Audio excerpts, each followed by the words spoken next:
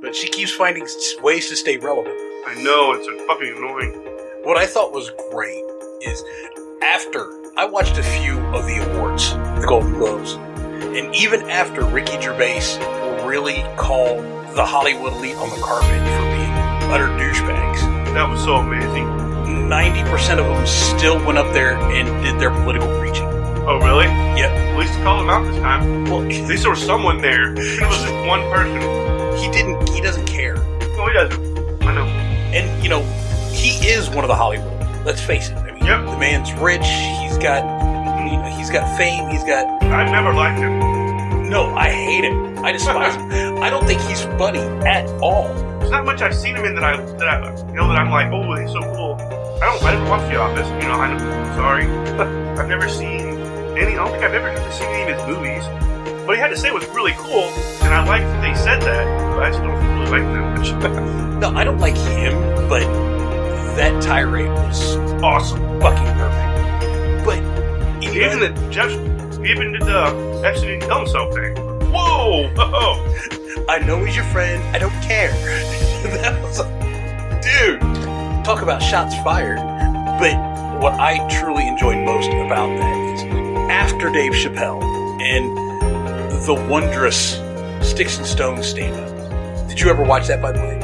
I got to some of it and finish it. Oh. And I don't like Dave Chappelle either, so... you don't? No. I like him. He's funny. I never thought he was funny. Wow. I love the Chappelle Show, dude. Are you kidding me? I hated the Chappelle Show. I liked one skit on the Chappelle Show, and that was the blind black white supremacist. Yeah. I mean, that was one of the best ones, but there was also a lot of other really good ones, too. And after seeing Dave Chappelle, and seeing in the last year or so, the last 7 or 8 months, the people that are not necessarily Hollywood elite, but are definitely on the inside Hollywood, who are calling out more and more of the fake outrage and the virtue signaling and all the shit that's going, and all of that. Mm-hmm. I think, and I've made it abundantly clear that I am not a big fan of the man Donald Trump. I think he's doing a very good job as president, but I don't like him as a human being. I think he's a piece of trash. Mm-hmm. But I think him being elected was the very first side effect of all the leftist nonsense. Of the left moving further and further left, of them getting more and more... PC. Yes. PC police and... Yes, and cancel culture and all that. I think he was the first symptom, or the first visible symptom. Good point. That's an interesting way to think about it. And now that Trump is in office, and he's not taking shit from no one, and he doesn't care. I mean, he didn't care before he became president. He doesn't care now. But I think we're seeing that shift back to the center. You're going to have your left, which is way, way far left. But I really think that the majority of them are going to come back or become more centrist. So I think that Ricky Gervais and others who are coming out and, kind of talking against PC culture and cancel culture and all the side effects of the movement further left. And I don't want to call them liberals because they're not about liberty. They're... Agreed. We're in complete agreement there. I rarely ever use the term now. The progressives, I guess we should call them, as opposed to liberals. Or I just call them leftists. Well, leftists too, but wow. I'm way past the 24-hour news cycle and the 24-hour news cycle that never changes. And it's always orange man bad. It's those fucking boomers watching all this shit on both sides. Like where the fuck else do you get your goddamn news? Okay, answer me this. Who the fuck are the boomers? Because for me, the boomers are baby boomers that were born between 45, 46, and 54. Yeah. But my parents, my dad was in the early 60s. Okay, so I think he's a boomer. Yeah, I think my parents are boomers also. But the thing is, the people that they are calling, that are being called boomers, and when like you and me, they're calling us boomers. Yeah, what the fuck? Yeah, no. I'm Gen X, bitch. Yeah, I'm barely a millennial. I should be Gen X, and I don't associate with anything. I don't have anything, just about anything in common with a lot of the stereotypes with millennials. I have zero. And like I was 83, so and that's like the fucking cutoff. Yeah. It's like 82 was Gen X, 83 is millennial. Yeah. Then we're in this weird middle. Like you're Gen X, but you're also like the tail end. So you got like the weird mix. I was born in 74, so no, I'm like solid Gen Xer. I forget how old you are. Yes, I'm fucking antique. I'm an antique over here. If I were a car, I'd be able to get special license plates. So let's get into it and let's see what we're doing. Hey, nerd stuff. Hey everybody, and welcome back. This is our first episode back after the holidays of our own little corner of the geekdom. I might shorten that to just our geekdom because we've got like 150 followers on Twitter now. Woohoo! For our own little corner of the geekdom, or at Geekdom over there on Twitter. We've got like 150 followers. Getting there. I know I've been trying to be a little more active on Twitter and the Twitters, and I know you have been. Yeah, I got like 320 followers. I'm not even close on Noise on Twitter. So yeah, the Kitchen Conversation still has like 20 followers. That's fucking garbage, and half of the followers for that are me. So yeah, no, we're picking up, and so but we're back, and you know, did you have a good holiday? I had an okay holiday. For me, it was just a couple of days. You know, I don't have, you know, my son lives halfway across the country, and I didn't really do a whole lot of anything. I was sick the whole time. You have little ones, so that made it not fun. Oh man, yeah. They were like sick for like a couple days. My wife and I had some weird stuff, man. It's lasted over a month. Like I've gone to the hospital like twice. They just keep throwing antibiotics at me. I'm like, I don't know if it's antibiotic. I don't think I have an infection. I think something else is going on. It's probably viral. Yeah. So probably gonna go in next week if this continues. I haven't actually got to see my doctor because they've been so slammed. So anyway. I don't know. It was 4 or 5 years ago. I got sick.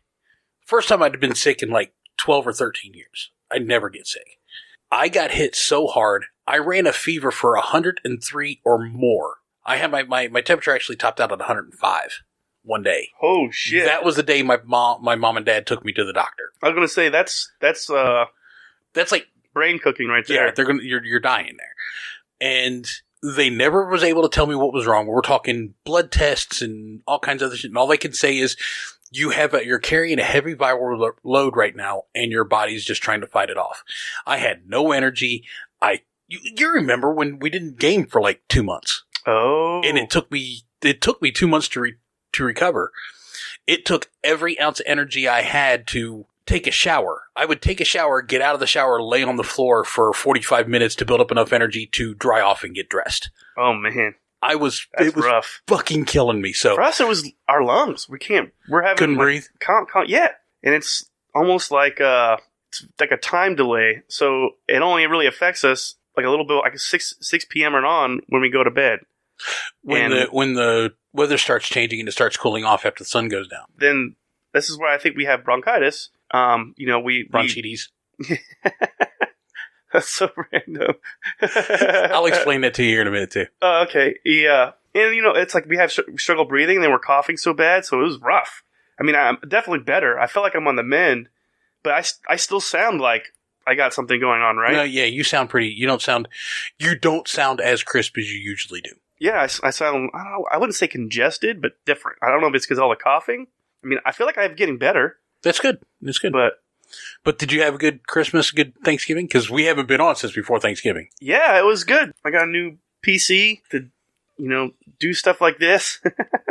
And a bunch of other little, dad knickknacks and small things and stuff like that. It was fun. Got to see some family down in Tennessee. That's very cool. Play some X-Wing. Did a lot of painting? Actually, no. I refuse to go paint any of my miniatures when I'm coughing and sneezing so bad. I get pissed off. Because you mess it up. Yeah. I'm like, I can't paint. This sucks. I noticed the boy, your son, showed me that he's got 3 miniatures that you're teaching him how to paint miniatures now? Yeah. That's cool. Yeah. A friend of mine asked like what he would like, because and my son, he's already got, a pretty good amount of stuff. It's Christmas, they always get hooked up. So I was like, oh, he did ask for some miniatures. So I was like, there's like some $15 miniatures on Amazon, and he got them for him, and he put them together. I helped him put them together, and we primed them, and now I was teaching him how to paint them earlier today. Mm-hmm. So that was cool. Yeah, he was very proud of that, by the way. Oh, was he? He showed you? Yeah. Awesome. That's cool. Yeah. I didn't get to see a chance to see him show you or talk about it, but that's cool. Yeah, you were back here cleaning up. And he says, come look at what else I got. So we run out there real quick. And he's like, awesome. I've got 3 miniatures. And he's got one up in the holder so that he can. Yeah. And it's like, I said, now are you doing this all by yourself or is your dad helping you? He goes, Dad's teaching me. Oh, that's cool. So it's like, well done. Like I said, I've said this 100 times. If I've said it once, I've said it 100 times. You got great kids, man. You've done well for someone relatively young, raising kids in today's society, not letting them be complete assholes. Thank you. It's much appreciated. It's a challenge, that's for sure. But Bronchides, I was down at Bronchides, yes. I was down at Bubba J's, and his daughter Specs and her best friend Crush were there, and they were talking about her dad. But she broke up with her boyfriend, and he's got all her stuff. Okay. And they were supposed to go over and get her stuff. She said, "Well," I said, I asked, so have you gone and gotten your stuff yet? And she said, no, my dad's got chronic bronchitis and had to go to the doctor, or had to go to the hospital. I said, so he cheats a lot? She goes, no, well, yeah, kind of, but no, that's not what it is. That's funny. So, wow. she kind of throws her entire family under the bus. She doesn't like her family a whole lot. They're kind of assholes. I don't blame her. Maybe we have something in common. Holidays were okay. Thanksgiving was great for us. Ate all kinds of food. I got really fat for about 24 hours. A pretty good healthy helping of Christmas dinner and Thanksgiving dinner, that's for sure. We actually had a brunch on Christmas Day at my brother's house. It was breakfast at like noon. So nice. Yeah, it was really cool. And that's right. You told me about lots of pancakes and waffles. Pancakes, waffles, biscuits and gravy. Oh, biscuits and gravy too? Damn, yes. She did go all out. She went all out. That's unless and that's a lot of extra work on top of all the other stuff you're doing. That stuff adds up quick. Mm-hmm. And she did teach me a new way to cook bacon, though. Uh-huh. Well, how's that? Bake it. Throw it in the oven and bake or broil it. Hell yes. We do that too. It's awesome. It's like, we got one of those pans that like a broil pan, so all the grease just drips away. Yeah, it drips onto the bottom, and like it has like the little sheet on top that fits on top of it. But I kept looking at cooking bacon and chicken thighs, which are also pretty fatty. Just putting it out there, and I don't want people to hate me for this. I don't like bacon. You're a weird guy. I'm all about pork. I like pork chops. I like pork roast. I like sausage. I like my pork. Ribs are great. Just not a big fan of bacon. Fair enough. The bacon out of the oven and the bacon and the broiling turns out not too bad. Because it's still soft and it's not really hard and crispy. Something else that happened over the holidays. Oh, yeah? Yeah. Was it Star Wars? It was Star Wars. The Rise of Skywalker. Oh. Or the Ruse of s2e01. Dude, I'll tell you what, it did get me. There's one point in that movie where I had goosebumps, I was pissed, and I almost walked out. Really? Yes. Now, I don't know. I read the spoilers. I didn't see this coming. So well done on them.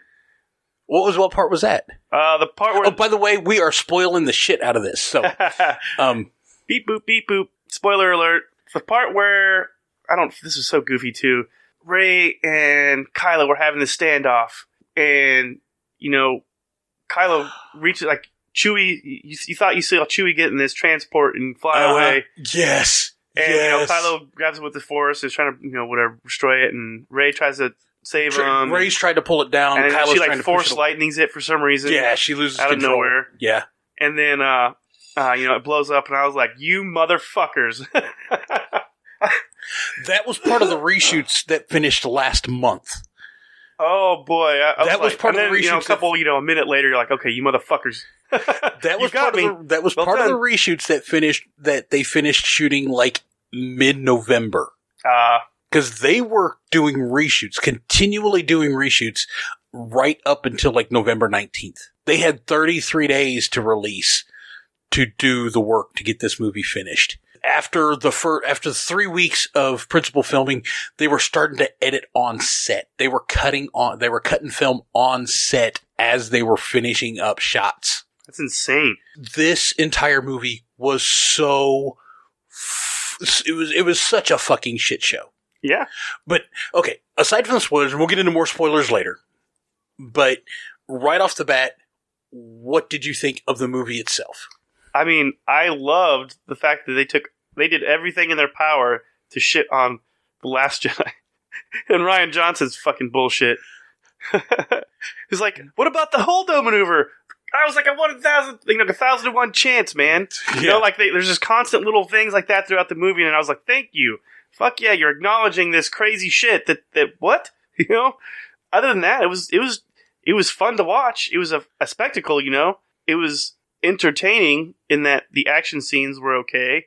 It was fun. It's always fun to see the Lando and the Falcon, but I don't even know why they were in the movie. You know, they just didn't really do much. No. Sadly, I was looking forward to Lando doing some cool stuff, and he's kind of there along with Chewie. They were in the movie for the nostalgia aspect. Yep. That's the whole reason they were in the movie. Personally, now I just saw this movie last night.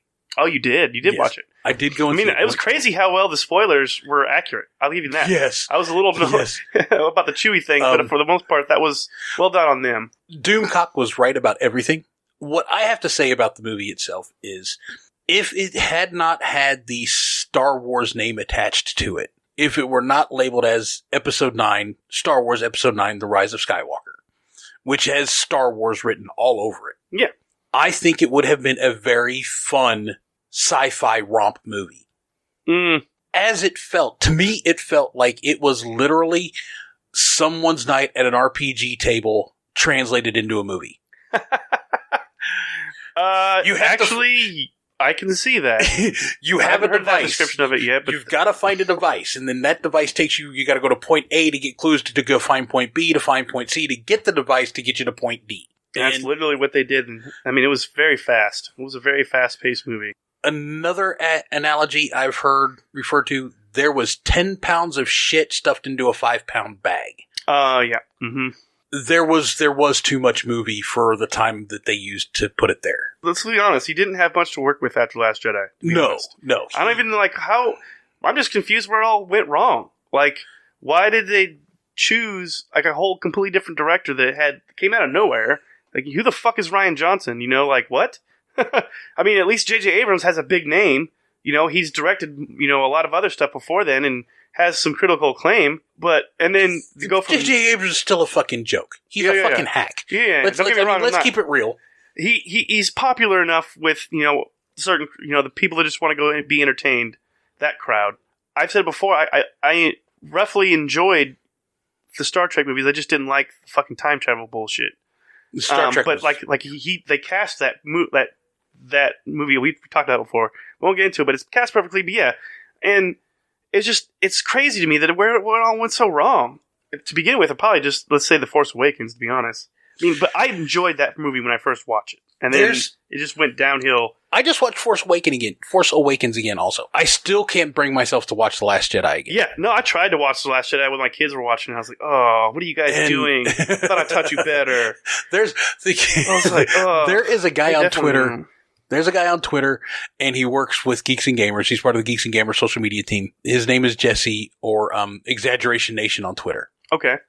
And when his girls, and he's got 2 little ones, like probably your kids' age, maybe a little older, instead of 6 and 4, like 8 and 6. But whenever they're bad, at least this is how he makes it seem. Whenever they're bad and he's punishing them, she sits them on the couch in front of the television, turns on The Last Jedi, and makes them watch The Last Jedi. And sit down on the couch and watch that show and think about what you did and enjoy it. He showed a video of them doing that, and they just all started screaming. It was great. It was funny. Oh, that's funny. Which means it's probably a meme he's built. Which he's a lot of fun. He does a lot of meme stuff. He's cool. He's fun. I'm a big fan of memes. The Rise of Skywalker does not work as a Star Wars movie. No. Yes, because I've had this argument with multiple people, not with you, but since the movie came out, and it's like they refuse. They defend it. They're all defending this fucking movie, and then they even defend Last Jedi. It's like, no, like why? Why are you defending shit? It's bad. And, I look back on it. And how does it relate to the fucking story that ended in, with Return of the Jedi? Exactly. Like, it doesn't make fucking sense to me. It's offensive. Even if you're going to, like, let's face it, J.J. Abrams stole the storyline for this movie from the Dark Empire saga that came from Dark Horse Comics back in like 90s. Yeah, which is one of the more annoying things about the EU with the fucking Emperor coming back and shit. Oh, not Dark Empire. That was a own standalone story. I'm sorry. They were the clone bullshit with Emperor clones in the fucking old EU. But it made sense. In yes, this they movie, still makes more sense. This movie, it just, he lived through it. That was my explanation too. They're like, well, I was like, look, he's like, well, someone said something about the EU sucking too. And I was like, no, at least in those books, they fucking explained how he came back. We didn't even fucking get that in this. He's just back. And we're just supposed to accept it. You know, with a massive fucking army. And more goddamn super weapons.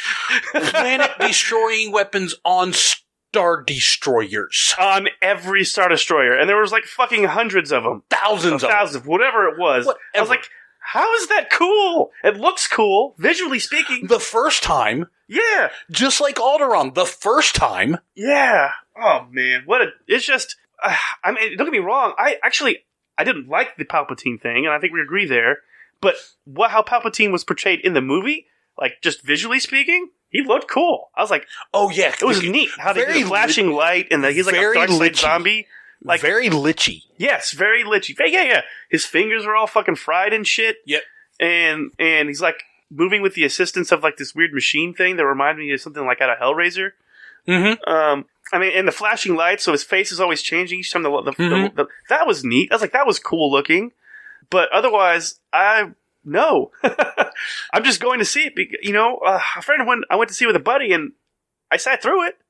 I paid for Jumanji and walked into the Rise of Skywalker theater. That is brilliant. I like it.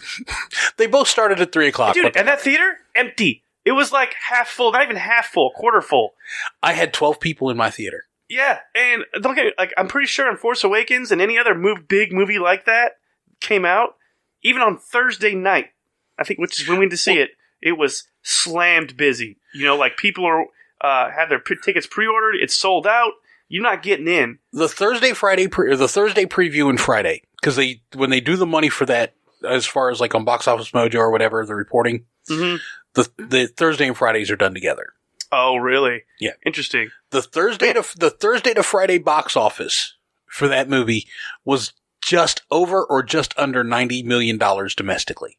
Okay. Or maybe worldwide. Okay. But it was $90 million. That's a lot of money. The Saturday box office was less than 70.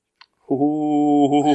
The Sunday box office was less than 60. Then there was almost a 70% drop on Monday and Tuesday, and it made like $15 or $20 million each of those days. And then Christmas Day, that Wednesday, it made like $36 or $37 million. Almost. Its Sunday gross was $9 million this past Sunday. Wow. That's the lowest it's been ever, right? I think. Yeah, no. And that's being showed on over 4,000 screens, 4,062 screens in the US alone. That's not worldwide. Wow. And this is all according to Box Office Mojo. So you can go check the numbers for yourself. Okay. That says a lot. It is at $914 million. As of Sunday, it's $914 million. I think it was $914 million. Oh, yeah. So, like, it comes back to, like, arguments like, well, you're just looking for reasons not to like it. Like, no, I don't have to look at all. They're all in my fucking face. Like, yes. They're very blatant. I'm not looking for anything. Nothing makes sense in this movie. It's fun to watch and a great action movie if it was not a part of the Star Wars movies, but it is. Yeah. And so now I have to compare it. Even if you wanted to call it Star Wars, but not include it as part of the quote-unquote Skywalker trilogy or Skywalker saga. Line is so fucked. Skywalker, first of all, there was never a Skywalker saga. It was always the Star Wars saga. It didn't start being called the Skywalker saga until they were talking about, oh, well, we can't milk this cow anymore because Rian Johnson fucked us. Yeah.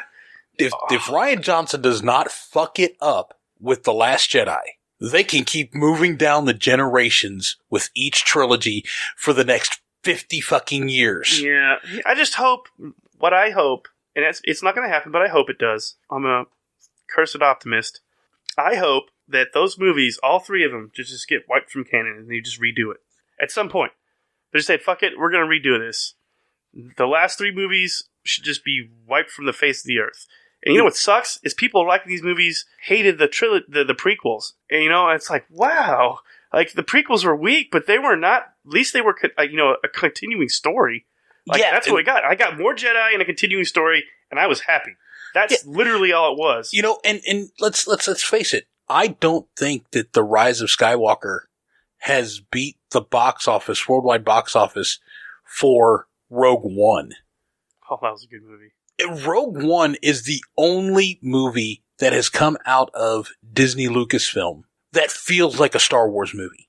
I mean, and you'll argue with me about Solo, I know. Yeah, I wasn't going to bring it up.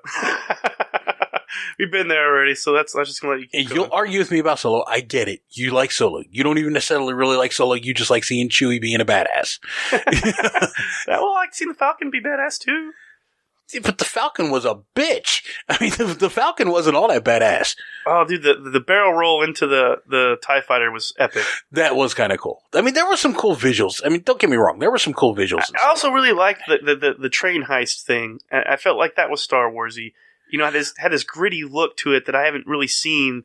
This grungy, post Empire or not post, but post Republic. Post Republic.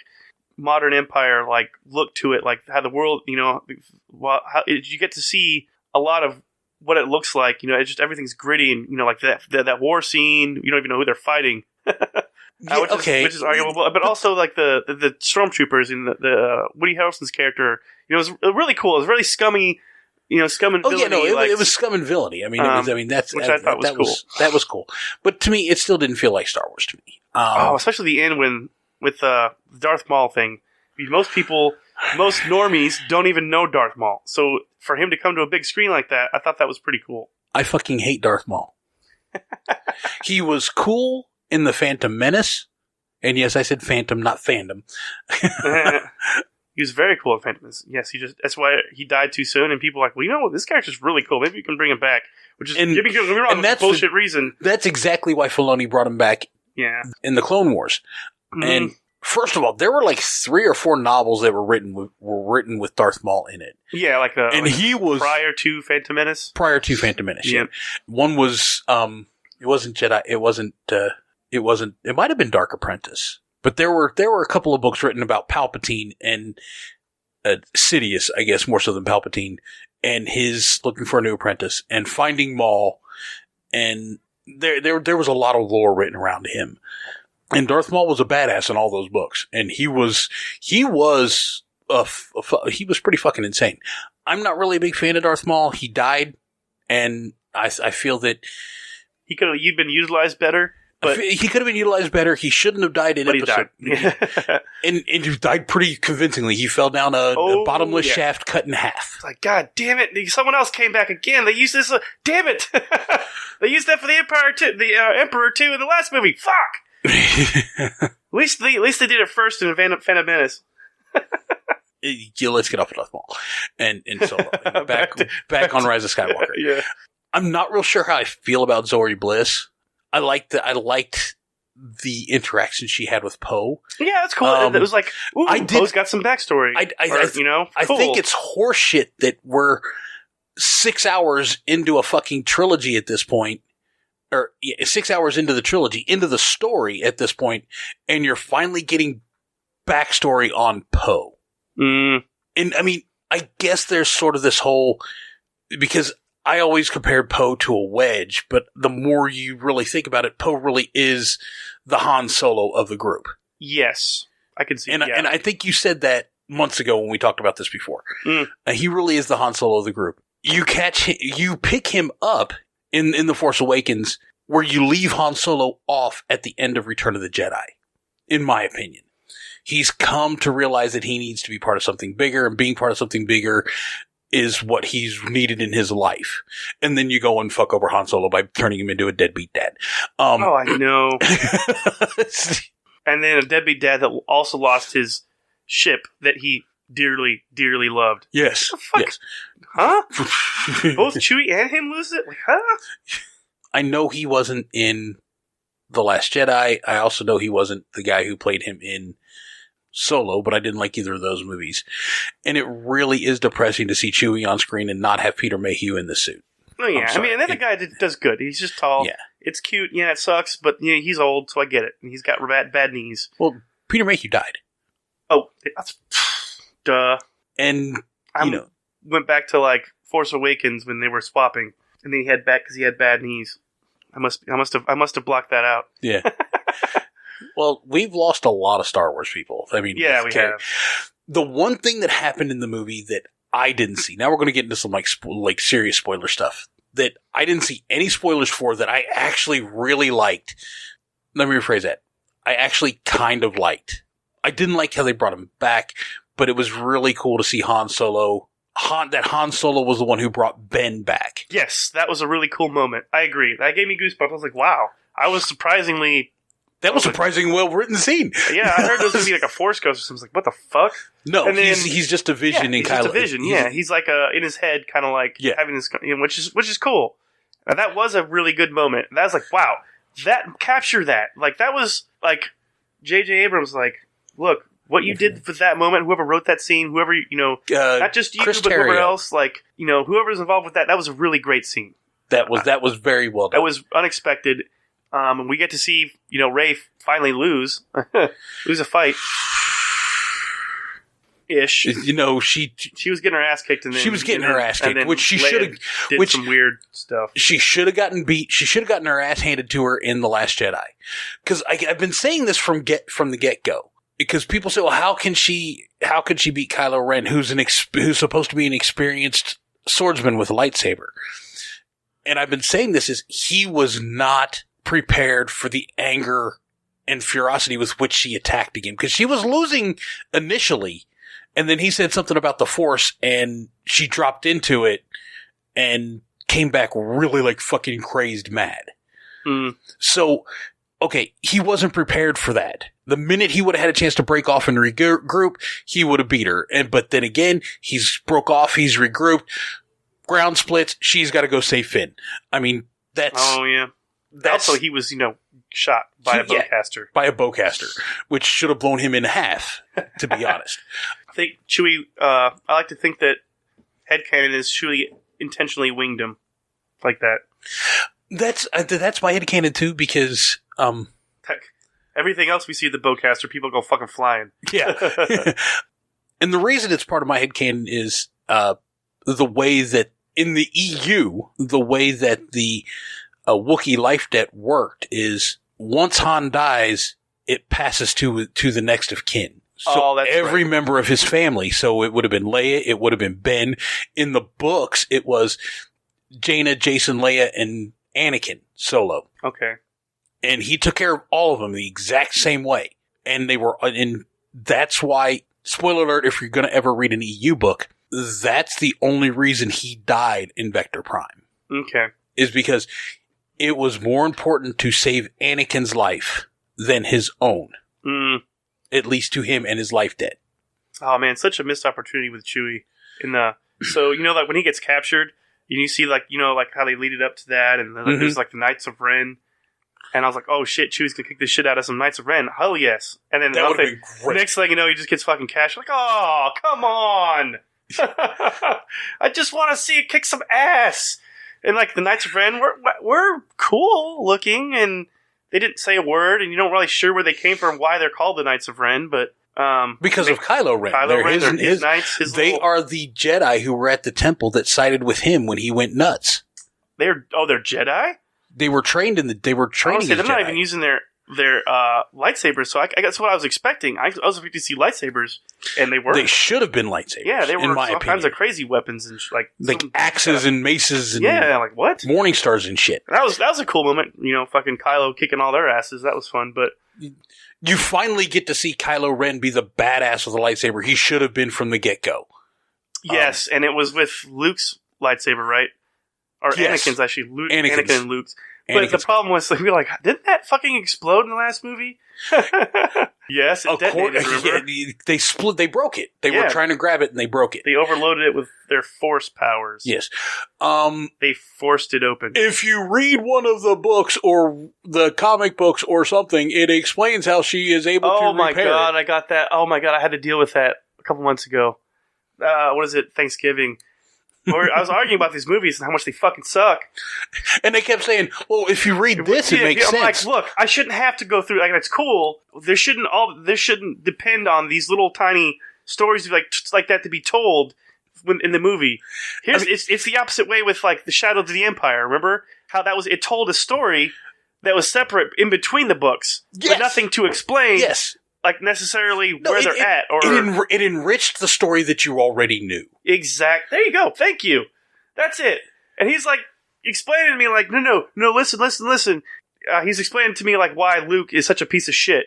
And I'm like, well, because if you read this book, if you go back, they're explaining that, in this comic, that he's actually, it was all this pressure on him to start the Jedi again, and he's, like, faltering, and he doesn't know what to do, and, like, that's okay. Like, why don't you just tell us that in the fucking movie?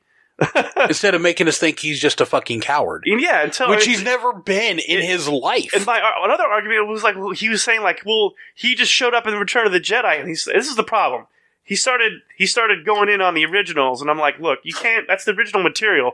Everything we have now we're working from that. So he started arguing, like, well, she just shows up and knows all the Force powers in Return of the Jedi. I'm like, well, yes. 4 years have passed since he started in the New Hope. And time. And he just showed. And I was like, no. They tell you in the fucking scrolls, in that scroll, the very beginning of the movie, in the scroll work, the words, the classic Star Wars opening crawl, what Luke has been up to. So no, he doesn't show up and just know all these Force powers. It tells you Luke has been keeping up his training as a Jedi. Boom. Explained. No one else has the issue now. Like, there's, now, at some point, they can enrich the story later and, write a book, which was, Shadows of the Empire, which came in between Empire Strikes Back and Return of the Jedi. And, and then there's people, Luke was only, had only been a Jedi for a year or for, a short time, and he's able to beat Vader. He's able to beat Vader the same way that Rey beat Kylo Ren in the first one. Vader wasn't ready for him to come at him with so much fury. Yeah, he was cocky. Like, he at this point in this, you could tell his arrogance was leading him to just be like, yeah, I got this. I just already whooped your ass before. I've done cut your hand off. I've done cut your left hand off. It's time for the right. I mean, yeah, I'm like, man, like, that is, like, one, you're not going to take a shot at the original. You don't take it like that. I mean, not you don't like take that. You don't take any shot at the original. I mean, you just don't. I'm not going to say that they're perfect. Yeah, they're not. But you fucking leave them alone. Yeah, they're one of the original stories, and so everything we have that we're getting now is loosely connected to it. I'd like to say something other than loosely connected, but the prequels are more than loosely connected. Yes. In the end, like, Doomcock had a great video. I don't know if you watched it, I don't know if you share it with me, but he was talking about how, like, the original, like, he came up with his, like rules for dealing with original content or IP. Did you ever see that video? I don't know. Oh, it's fantastic. I was like, and this is where I started deep. I was like, look, I see his point. I totally agree.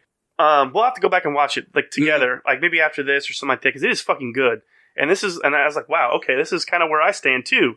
It just helped kind of articulate that. But anyway, so it just seems like a lot of people are taking shots at the original movies in comparison to the new movies. And I'm like, no. It's the other way around. You have to compare these movies to the originals. If there's going to be a sequel, they're going to get compared. It's a natural thing. Like, okay. Now, I want to also point this out, and if they ever do it, I hope somebody goes and blows Disney to hell. But if they are going to go back and reset and completely, not do a soft reboot like they did with The Force Awakens, but actually they're not going to boot the original. Do a hard reboot and retell the story. Then you compare those movies to the old movies to the new movies directly. Yes, good point. You do that. But if Disney ever does that, somebody needs to go blow them the fuck up.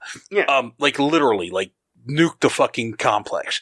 And all the parks. Just make sure that nobody's in them. Nobody who is, not connected to Lucasfilm, that is. But anyway, I'm trying not to sound like too much of a terrorist here.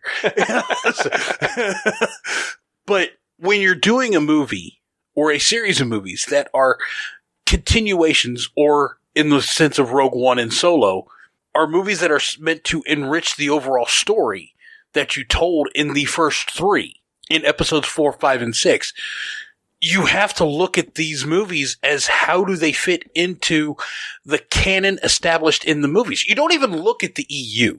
I mean, even if you were looking at the EU, one thing that Lucas has always said is what you see on screen is the most important. Movies are the first level of canon. The television series are the second level of canon, meaning at that time the Clone Wars, and then the books and comic books. Mm-hmm. And I understand that Disney is trying to, have the multimedia approach and telling it from multiple perspectives. But you don't tell a movie. You do not tell a story in a movie where you have to go and read 800 fucking comic books and 15 fucking novels to explain why a character is being a fucking jackass. Yes. Like, if you're going to do that, then just make a TV show. And then take your time with it. Do The Mandalorian. Yeah. Make The Mandalorian. Don't put Baby Yoda in it, but make The Mandalorian. Yes. I have issues with Baby Yoda. That's something we'll get into in a different show. Oh, okay. I don't say, I'd be curious to hear that. It's a little weird, but I accepted it because it's something we haven't seen yet, and it's done well, at least in my perspective. I do like the way he was introduced. I do like the way that he's portrayed. I'm not real crazy the fact that he is so powerful in the Force at being relatively so young. Seems to be a theme here. Yes. And I also want to point out that they are basing his age, the Baby Yoda age, and how he ages on Yoda's 900 years. Yeah. Yaddle, the only other member of the species that has actually been in the movies, was only lived to be 540 before she died. And then there's another Yoda species from 2,000 years before that was in the EU. So I'm of the mind, and I've always been of this mind, that the reason Yoda was able to live so long is he was able to channel the Force to keep himself youthful, relatively. Mm-hmm. Keep himself alive, basically. Not keep himself young, but keep himself youthful, so that he aged much more slowly. Mm. And the fact that he was, so good. I mean, let's face it, he was probably the most honestly true good character we ever met until season 6 of the Clone Wars, where you get to see his dark side, which pissed me off. Clone Wars are garbage, by the way. The series is garbage, straight out. Fucking garbage. Really? Oh, I hate that fucking show. What? Why? Oh my god. We will get into it later. Okay. I'm gonna say it's good. Not when you've read as much EU as I have. Well, the EU never really covered the prequel stuff as much. There was a bunch. There were 15 or 20 novels that came out during the Clone Wars took place during the Clone Wars. But after or before the prequels came out? During and after. During the release of those 9. Okay. Long before the TV series came out. Okay. At least in some aspects. But as it relates to Baby Yoda, I just have issues based on his age. Okay. I think she'd actually be closer to a teenager as opposed to a baby. Okay. At 50 years old for the species, much like an elf. Well, the problem is we don't really know the story. We just, this thing is there and we don't know. When we know he's 50 years old. According to them, they could be wrong. It's the Empire. Okay. I will give you that. We'll do a heavy duty breakdown in a different show for The Mandalorian. Okay, sounds good. Yeah, there's a lot to break down for that. There's a lot to break down, and it runs. Looking forward to it. It runs much better as a series if you binge it and do all 8 episodes at once. Oh, no doubts. No doubts. Turns out binging is awesome. Fuck you, haters. No, I liked it initially, but I think Filoni and Favreau, I think they worked it and they did the writing and they wrote the series as if it were going to be all dropped on the platform at once. And in the 11th hour, Disney changed their mind. Oh, really? I think that's why it was. Okay. Why it ended up being the way that it is. Okay. And I'm not saying that is what it is. It's just that's how it feels to me. Okay. And now I'm reading some shit that season 2 is going to connect to the Rise of Skywalker and do some explanations for the Rise of Skywalker. I know that it's going to have some... that sucks, because the one thing, we'll get into it. It relates to Rise of Skywalker, which is the healing, force healing, which is... It's crazy how powerful that is. You see, the thing is... And at least they give us somewhat of an explanation for it in the movie, though. Just a short quip, like, I haven't seen this in 1,000 years. Oh, okay. That makes sense as to why we didn't really see it in any of the other Jedi. Oh, the dyad? Them being a dyad or whatever? Them both being connected in the Force. Oh, gotcha. Is that what you're talking about? Or are you talking about her ability, specifically her ability to heal? Well, actually, not to mention both. The dyad thing was interesting. I did like that. I wasn't crazy about it, but I do like it from a storytelling perspective. Yeah, but the problem I have is they can affect physical objects around each other, which I was like, what the fuck? Oh, yes. No, I thought that was like, huh? That so pissed me off. Yeah, like, what the fuck? Weird the Force Skype in The Last Jedi was fucking ridiculous. Yeah. Let's face it. That was just fucking retarded. That's like the only thing that J.J. Abrams didn't completely wipe away. Yeah, because but then he made it worse. Was their connection, but now they can affect physical objects and then fight each other. Yes. Like, what the shit? God. Like, that Which power she beats him every time they have their Force Skype fights, too.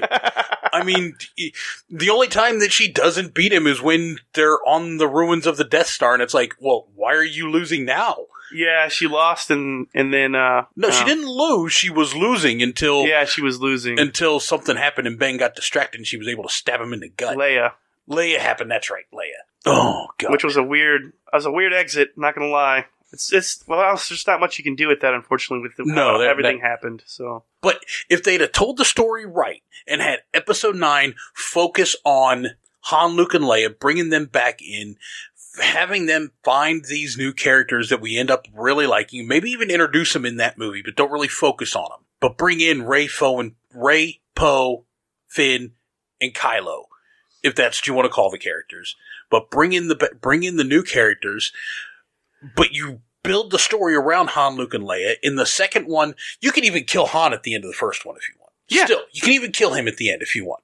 And then in the second one, it's them actually handing the reins over and allowing our new heroes to take over and to finish what was started by the old team. Exactly. And then in the third one, it's all about the new team. Yes. It's Luke trying to, like some shit went bad and not hiding from his mistakes, which his integrity, was shot. It's one of the reasons why I don't like, the main reason I do not like The Last Jedi is I do not like what they did with Luke. And everything from that, it just starts going downhill even further. But the main thing is it undermined all of Luke's integrity by the end of Return of the Jedi. So we have a completely different character without any kind of explanations unless we wait a couple of years and then read some comic books and, read some other books. It's like, what the fuck? No. And he is the Star Wars, he is one of the main pillars of Star Wars. It's Luke's story. Yes. Him redeeming his father and becoming the balance to the Force. Exactly. Or redeeming his father and allowing his father to be the chosen one that he was supposed to be and bringing balance to the Force. Exactly. That's exactly what this story was. And his arc is, he goes from all this anticipation for, oh man, looking forward to seeing Luke, to being this completely different character who's run away from his problems, who doesn't want anything to do with solving them. And not only did he create this massive issue, but he let it fester and get worse. He just ran away and hid. Like, what the shit? It should have been him, with Rey, all right, we have something bad happened. I just lost all the Jedi. I sent you of the Force. I'm going to go solve this. I need your help, or vice versa. And they go on, and it's his journey to bring Kylo back. I don't necessarily want to see that happen again. The whole redeeming thing that we got in the original, but the point being, just it's still a better story already because it's consistent with Luke's character. Yes, absolutely. But, and let's face it, if you really look at the people involved for The Last Jedi, if you look at Rian Johnson and who he is, if you look at Kathleen Kennedy and who she is, their entire point of doing what they did with Luke was deconstructing his mythos. Yeah, and so now and building up the mythos around Rey. I feel like they could have done that without having to break down another character. It's shitty. It's the easy way. They should have done it. It's the dark side. They should have done it without tearing down the movie and allowing Luke to be who he is and pass. I mean, and you still could have killed Luke in the second one. Yeah. You still could have killed each one off in each of the movies. Yep. There's so much wrong with this trilogy. Yeah. And it sucks because we were constantly getting gaslighted. Well, I didn't see anything wrong with it. You were just being a bitch. No, I didn't like the movie. Yeah, you're like, and it's okay for me not to like the movie. Fuck off. As Richard Gervais said, you don't know anything. You have less education than Greta Thunberg. Take your fucking award and fuck off. So here's two things I do want to say that I did like about it. I don't want to just completely shit on it, even though it's tempting. And it's too easy. But I really liked the throwback to the original 1977 version of the Emperor. Did you catch that reference? When Kylo Ren was getting his helmet remade, the creature making it was like an ape with that weird visor on. Mm-hmm. That's what the Emperor looked like. And that's a reference. If you remember, there was some kind of interview years ago about how they put like this visor on an ape to make the Emperor look inhuman in that first hologram that the Emperor's talking to. Because you remember, they changed it after the prequels came out to be Palpatine, and it was still the hood and stuff like that, but there was this weird, like, he used to look really fucking weird, like in the original. Oh, you mean in Empire Strikes Back? The first time you see him, was it Empire Strikes? I thought I see him in the original movie, like in the holo in the original movie. It's just a scene, like it might have been Empire Strikes Back. I'm confusing it, but it's the first time you ever see the Emperor, and that was before the prequel fixes that they did with the new or the old movies. Where they went through and special edition. Special edition, thank you. But anyway, that's a massive Easter egg for the original, how the original Emperor looked. I thought that was cool. And that has to be. Now, no one else has said it. I could be wrong, but I distinctly remember some kind of interview. I'll do some research and see and talking about it. And I was like, that's so cool. Because I remember Lucas was talking about how he had put this visor on an ape to make him look inhuman. And then the ward, getting Han's award at the end of the movie, I thought that was pretty cool. That was cool. I was like, well done. Okay, fuck you, but well done. Yeah, that was cool. Like, and that was straight. There was so much of this movie that was fan service. Yeah. I mean, at some point they went all out on it. And there are some things about this movie that I wish they hadn't done. The Ben, and I'm saying Ben as opposed to Kylo, but the Ben Rey kiss at the end. Oh, cringy. Raylo. That was another one of the scenes that was filmed in the last month before the release. That was just like, oh man, they were just like, I liked their chemistry, and I liked their connection. But they had the antagonist. They were antagonistic. Yeah, there was zero. They tried to build it up and make it more romantic, but there wasn't there. It wasn't there, and that was okay. I was like, no, these guys have a connection. They're connected. That doesn't necessarily mean that something romantic is going to happen. No, because I didn't feel any of that. There was zero sexual tension ever. That was specifically there to please the Raylo crowd. Yeah, and it was just weird. And it still failed because they ended up killing off Kylo Ren. Yeah, who in the end died. Yeah. It was cool to see him turn good. To be honest, I really didn't want to see it. I didn't like the idea. I was like, no, he doesn't get the redeem. Fuck him. No, I think that they should have had another scene where they fought together like they did in The Last Jedi. Yeah. Because up until that point, Kylo Ren was trying to cement his power, to reinforce himself as the leader of the First Order and control the galaxy. That's what he was trying to do. He was straight up trying to turn himself into Darth Caedus. That's an EU reference also. Mm-hmm. They should have had them fight the Emperor together and then have her finally, that's when she should have beat him in a saber fight. And, oh my God. Yes, I'm going there. How? Uh-oh. Did you get a little endgamey vibe in the final act of that movie? Oh my God. I think when all the ships showed up? Yes. Okay, yeah. I did, now that you mention it, like, holy fuck, yeah. And it sucks because it was a hell of a lot less, in-game's battle scene was far more epic. And cathartic, meaningful, like, it made sense. It was great. I loved every minute. I loved every second. This was like just a couple flashes. We got to see a cool Y-Wing do some shit, and then everything else is just constantly blowing up. That was about it. For a sci-fi movie where a large portion of it takes place in space with space fighters and big ships, this is the worst fucking sci-fi series of all time. Yep. Especially the last two. It started decent, It started okay. Yeah, it started okay. It still broke. You still broke every piece of canon that has ever been established. You started out with by fucking over every character. Like you said, turning Han into a deadbeat dad. Luke's just a piece of shit, disappeared somewhere. The only person who's still doing what she was meant to do from the beginning was Leia. Yeah, and that's cool. And that's it. But everyone else had abandoned her. Like, what the fuck? Okay. Come on now. You've watched the Clone Wars. Yes. You've watched the series. Yeah. How many times in that series, either that series or Rebels, and I don't remember if you said you watched Rebels. Yeah, I have. I haven't seen the last season, but I've seen. But how many times in that series did you see ships affected by gravity wells, by interdictor cruisers or planets, or interdictor cruisers in particular? I don't remember. Where they couldn't jump into hyperspace or they got pulled out of hyperspace. I don't remember. I know it happened a few times at least, right? It happened all the time. Anyway, so where are you going with this? In The Force Awakens, it's also the Holdo maneuver where actually J.J. Abrams set it up, in my opinion. The Falcon damn near comes out of hyperspace inside of Starkiller Base.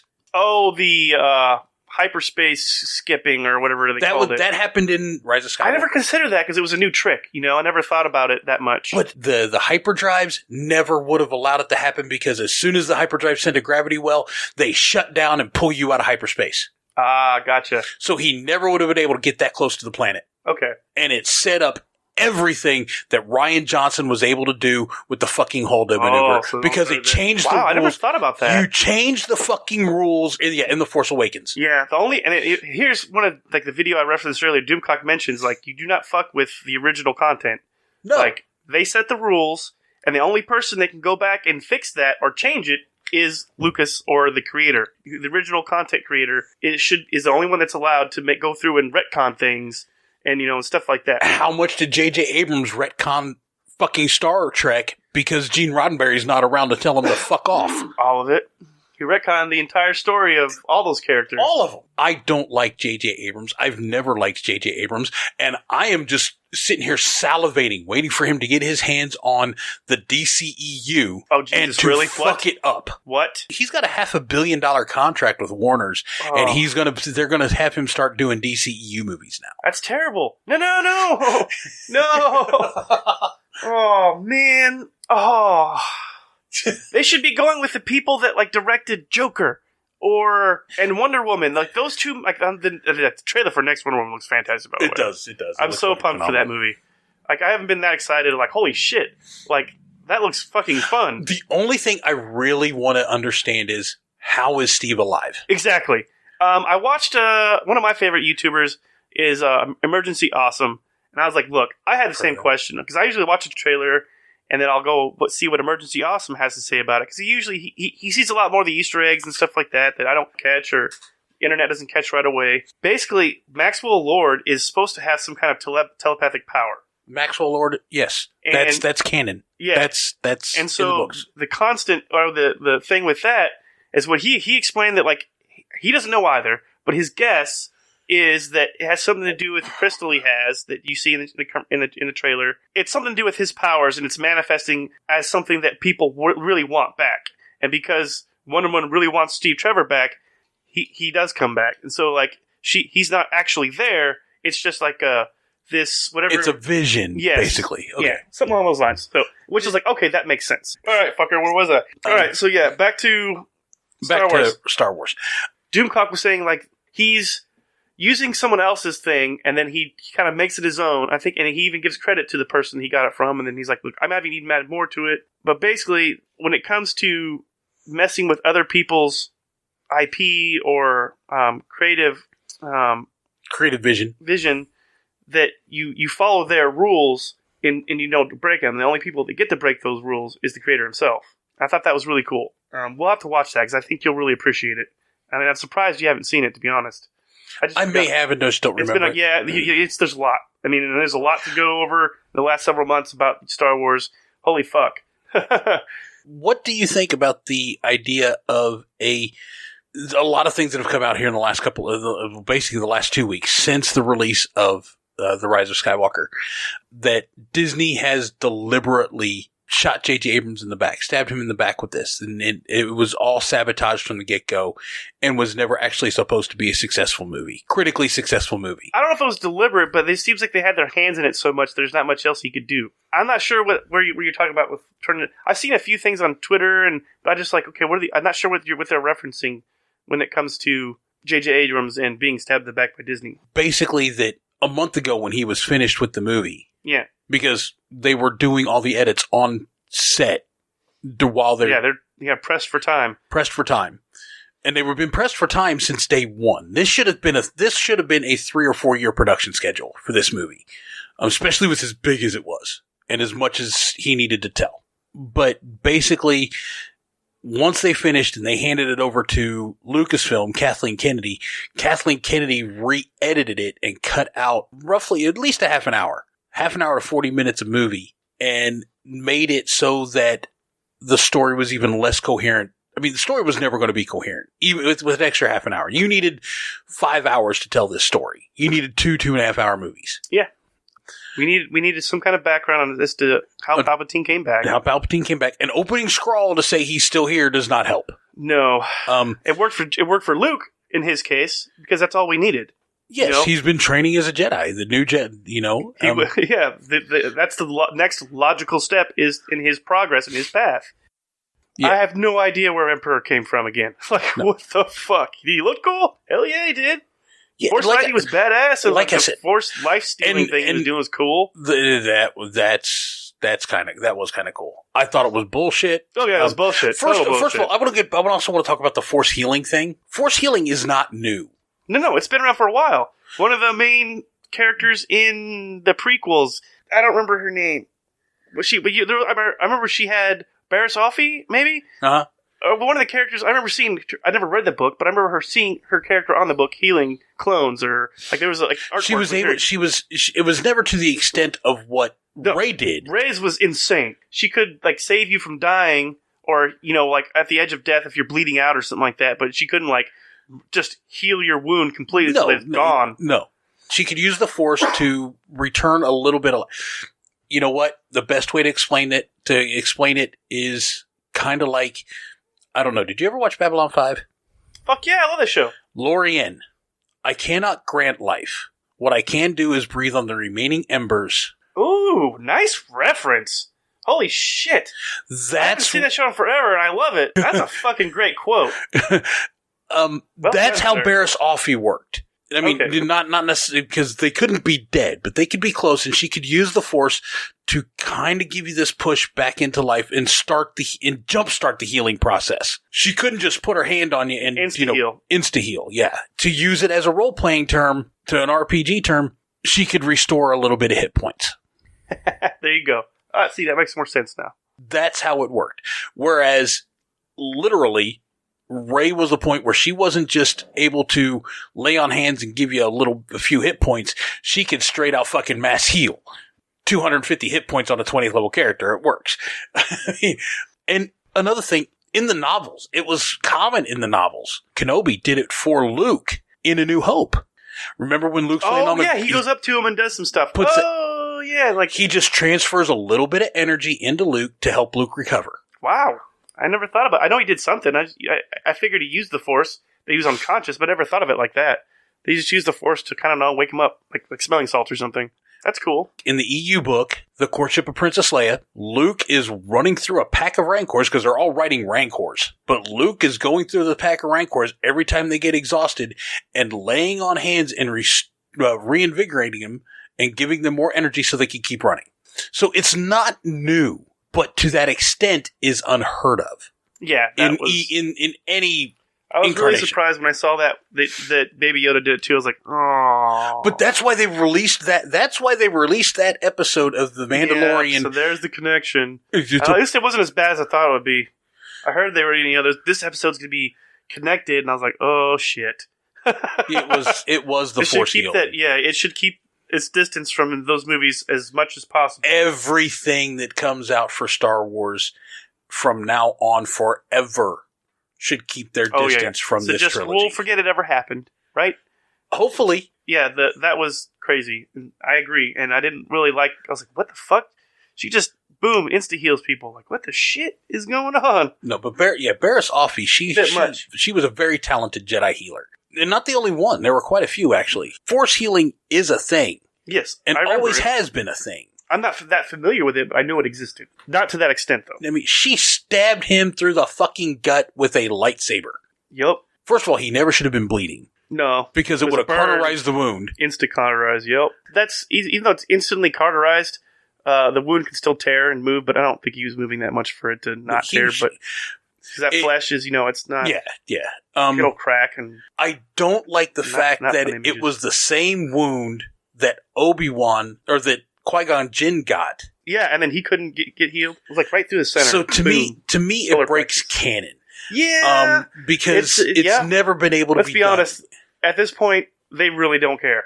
They don't. I mean, they made some effort to get some of it back, but then kind of took a couple steps backward with the super force healing. Yeah, it was sidestepping. The force heal pissed me off to that level. I'm not like a lot of these people that have been something awesome Rey's good at it. Like something Rey has she's awesome at. Like, God damn it. Can we stop it? Rey is awesome at everything, apparently. The awesomest ever. The bestest ever. Fucking love Doomcock. Yeah. Like I said, overall, I think it's a good sci-fi movie. It's a good sci-fi adventure flick. I can give you that. It's not a good Star Wars movie. No. It's plagued by the previous two movies. Yep. And the precedent set. And the poor decisions they decided to go. Yeah. The hyperspace skipping and how they kept just popping up in Atmo. Yeah. Like in all these different places.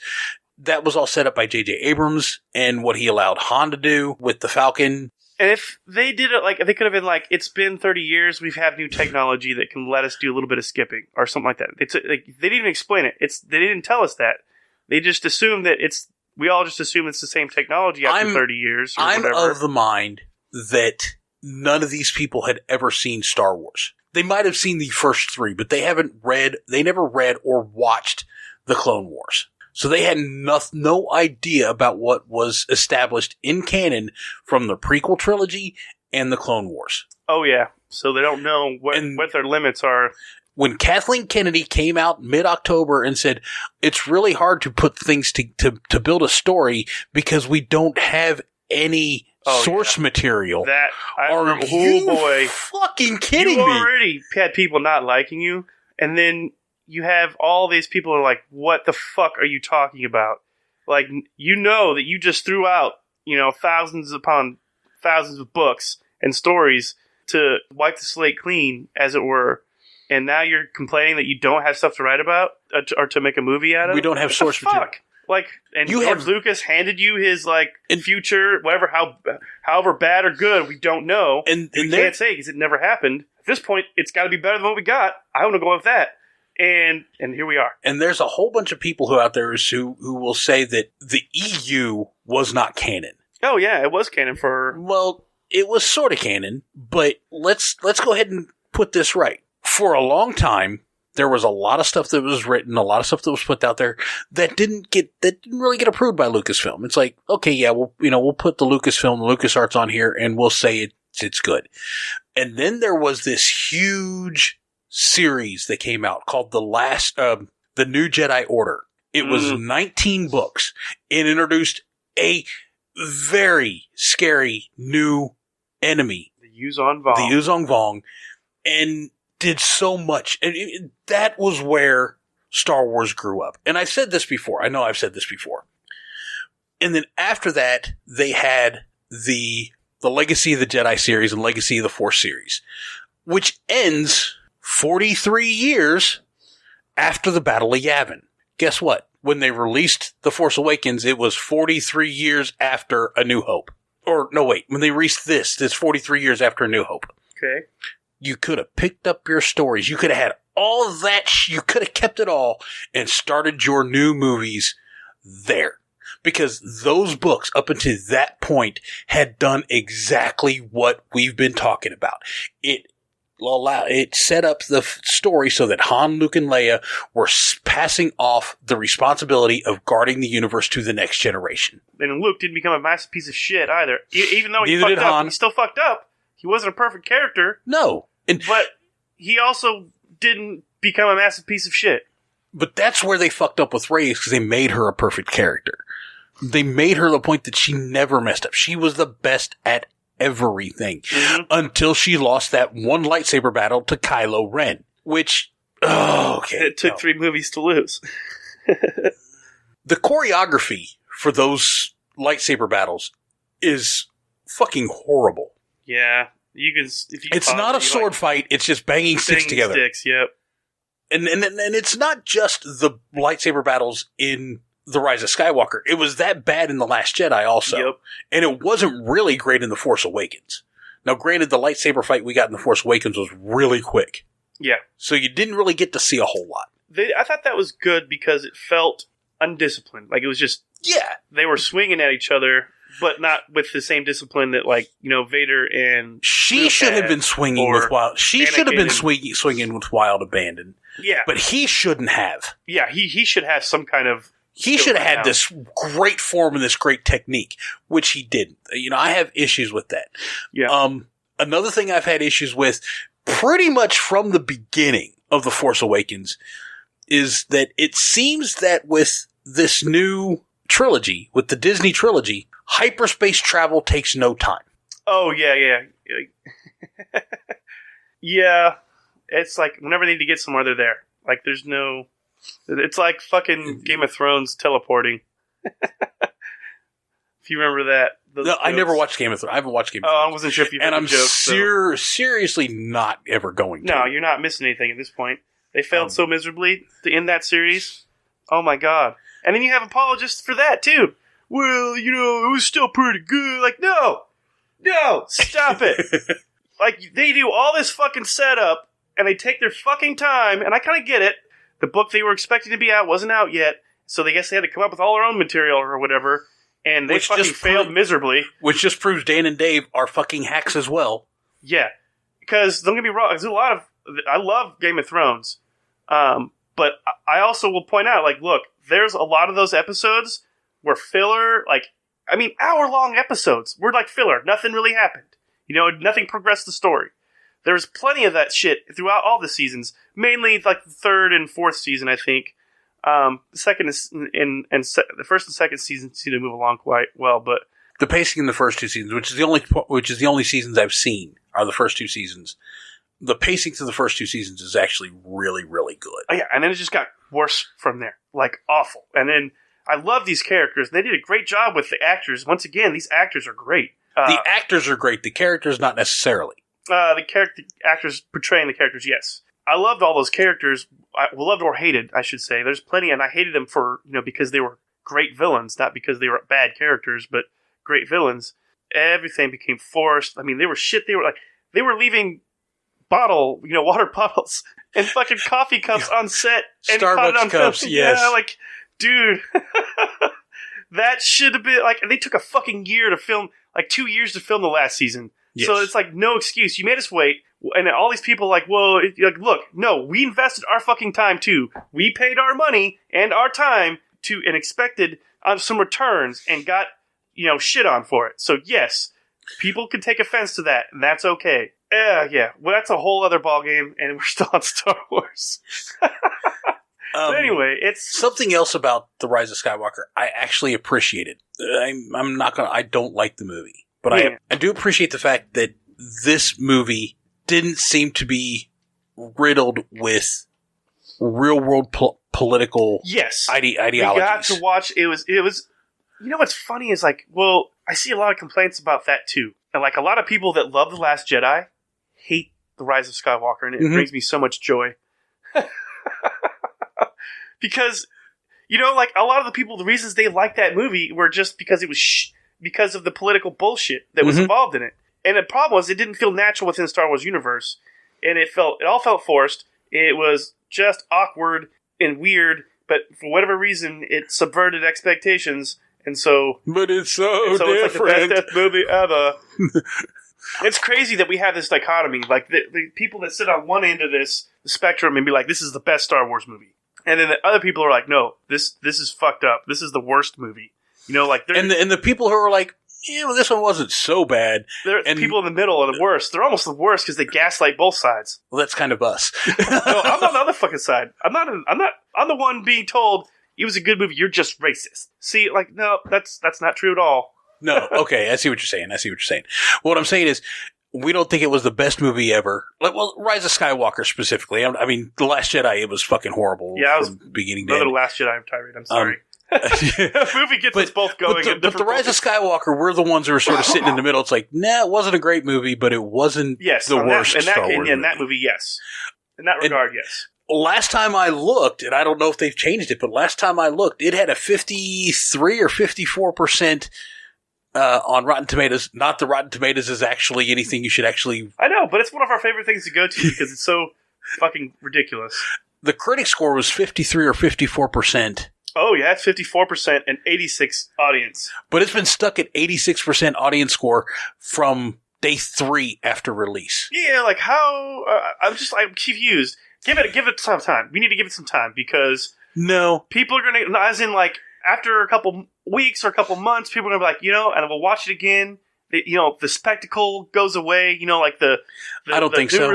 The new release... I don't think so. Love Boat, or whatever it is. Because that's how it was for Last Jedi.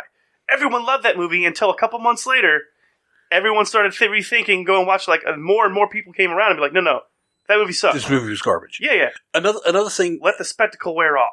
There is and it's conspiracy belief, that Rotten Tomatoes has locked the score at 86%. They're not allowing the algorithm to take in any new audience critiques. Interesting. Because look at the audience score for The Force Awakens. 86%. See, oh yeah. God, I love the internet. And this is why. Comments. Some people out there that sometimes they're not even have to try, whether they're trying to be funny or not. It just cracks me up. 1 star. Anakin, you have to work really hard and train constantly to become a master. Rey, yeah, I started here. I made the comment that it was just, it felt very endgamey. Yeah, that's a good point. Everyone shows up at the end. All the good guys finally show up at the end to fight the bad guys. You've got the big bad and the big good fighting each other. I am all the Sith. I am all the Jedi. Oh yeah, that was weird. I like the voices thing though. I did like that. I did like that. That was cool. I did like that. I thought that was really cool because if you listen, you can hear Hayden Christensen. You hear Mace. You hear Lawrence Fishburne. You hear Ewan McGregor. You hear Ashley Eckstein. You hear that was cool. You hear Yoda. You hear all these voices. That gave me goosebumps. Like, okay, that's fucking cool. That's fucking cool. Babu Frick. There was a couple things for Babu Frick I thought was pretty. I mean, I didn't laugh. Oh, Boba Frick. Yeah, the little guy. The little guy that fixed 3PO. Again, you had another issue that came with this movie that you really had in The Force Awakens is they tried to institute comic relief and tried to make it feel like a Marvel movie. Yeah. In the tone, in the fact that, you're serious, but we got some comic relief. Maybe it's just me, but did Rogue One kept that, right? They kept that tone from the originals and whatever. It felt like it. That's why I keep saying it's the one that's darker. I feel like it was a darker version, maybe. But it definitely kept that tone. It still had funnies, K2SO, but it wasn't overly. No. The lines were well written and well delivered. Well voice acted because it's our homie Alan Tudyk. Who's like the best.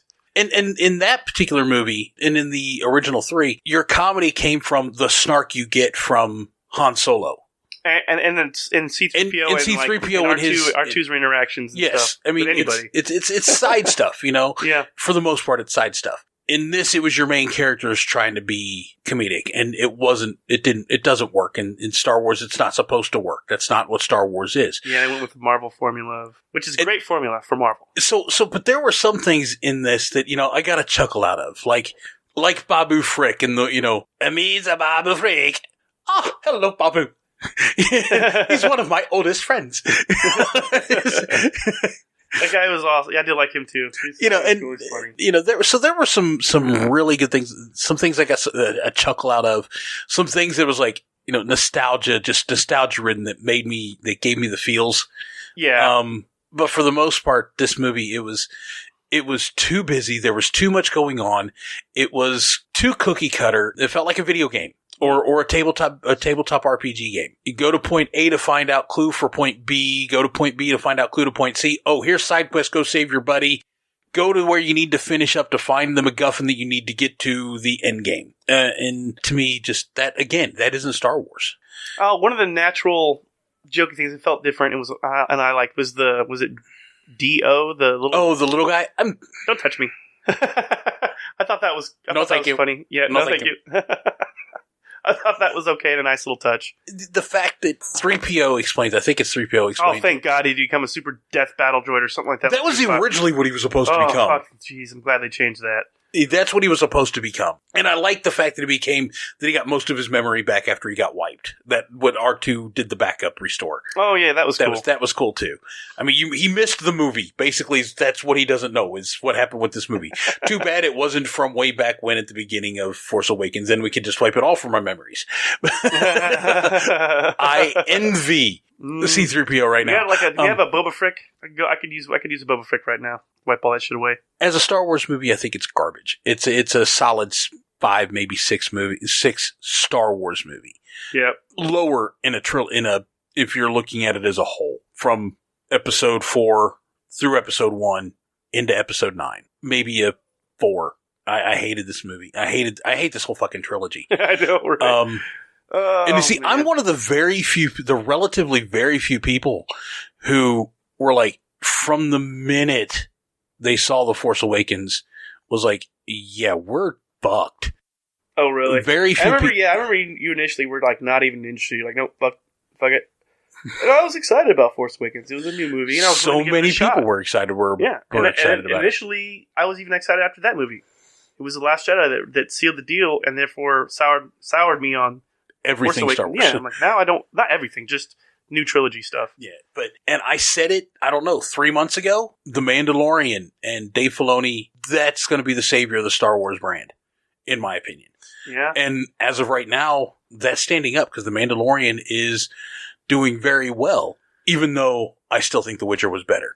The Witcher was great. It's just a great adult content that I feel like we don't get enough of in that kind of fantasy thing. You know? Yeah, no. Usually, fantasy, when you see fantasy, it's almost kiddish. Yeah, and man, we'll have to get in The Witcher. We'll have to figure out, like, I thought we do the next episode going to be Mandalorian and The Witcher, or just The Mandalorian. It may just be The Mandalorian. Yeah, there's a lot to cover there. There's a lot of really cool things, and I mean, I have my own complaints too, but they're few, that's for sure. Yeah, mostly to do with the weird force healing thing, but everything else I really like. I have issue with Baby Yoda. Gosh, he's too adorable not to like. Fuck yeah! There was a Twitter personality, D-Day Doggy. It is the parody account for Jeremy from Geeks and Gamers, Dog Leia, put up a poll of, if you were offered $1 billion to step on Baby Yoda, would you do it? Okay. I said, abso-fucking-lutely, where is he? Somebody, and I think it was Leia, came back at me and said, but it's Baby Yoda. I said, for $1 billion, I would step on my fucking grandmother, dude. Fair enough. I mean, no, I don't like Baby Yoda. I don't like the character. There's a lot of things I don't like about it, and we'll get more into that in the next episode when we talk about... I'm curious to see why you didn't like him. I think he's a pretty interesting character arc. Story arc for, because it was unexpected. My reasoning is very simple. Okay. So I'm not even going to mention it here. That's fine. Yeah, I'm looking forward to it. Yeah. You catch us next time in the next episode. Cliffhanger. Hashtag right. See you next episode. Welcome back, everybody. We appreciate you all being here with us for our first episode of what we're going to call of the year, and what we're going to call Season 2. Season 2. I like the ring of that. Of our own little corner of the geekdom. We have some big things in the works. Our website will be up here hopefully by the end of the month. I know I've been saying this for a while, but the website is done. Right now we're just waiting to get some legal documentation and actually put some content up on it before we launch it live. Awesome. I'd also like to put our Surströmming trying on our YouTube channel at some point. Aztec Multimedia is the YouTube channel, so we'll let you know when stuff goes up there. Also, you can find us on the website will be aztecmultimedia.com. You will also be able to find Aztec Multimedia on Facebook and Twitter. At Twitter, it's at Aztec Multinet, short for Aztec Multimedia Network. You can find this show on Facebook at Our Own Little Corner of the Geekdom, and on Twitter at OGeekdom. You can find Sildark in how many different places? Facebook and Twitter so far. Twitter is going to be Sildark1 at Twitter, and then it's just Sildark on Facebook. And I haven't really touched my Facebook yet at the moment. I'm on Twitter, though, as much as I can be here lately. Between being a dad tweeting and twitting and all that good stuff. Eventually, I want to start working in some board game battle reports and for board games and miniature gaming and stuff like that. So we'll have some content. Working on it. I am Crashdown321. You can find me on Facebook, Instagram, and Minds at Crashdown321, CRA5HD0WN321, and on Twitter at CrashD, CRA5HD. So much going on with us right now. Also, have you tried any of the Hoosier Warrior coffee? No, I haven't. Looking forward to it, though. I need to. Yeah, I need to also. Even though they're out of the one that I really want until next holiday season. Well, see, they came out with, Death Wish Coffee is another veteran-owned. They finally went into, Kroger, so, I was like, boom, I'm getting it. And it was great coffee. And I even shared it with I gave them, a couple servings of it to some friends. Because, they need some coffee. You need to try this. It's pretty good. So I'm looking forward to trying theirs. Go ahead and see our friends at Hoosier Warrior Coffee if you're a coffee drinker. What I think that is their next big thing is they need to have an espresso. That? To homemade cappuccinos and homemade espressos and shit like that. I mean, you can use ground coffee bean for that, but it just doesn't have the same rich taste. Thank you, everybody. Thank you for being here for the premiere of our second season. There's 36 episodes in the first season. We're probably going to be right at that again this one. We're going to have a little bit more planning as far as when we're taking time off. And it's a good thing it was off for the holidays. There's no way I would have been able to record. Being busy with the holidays is one thing, and then two, being sick the way you were. Freaking sick. You're listening, you're like, man, stop coughing. I can't. I've been coughing for a month. I'm trying. Go ahead and find us on our social media platforms. Go ahead and interact with us. I will let everybody know when everything goes live. With that, this might be our own little corner of the geekdom. Doesn't mean you can't have your own. Later.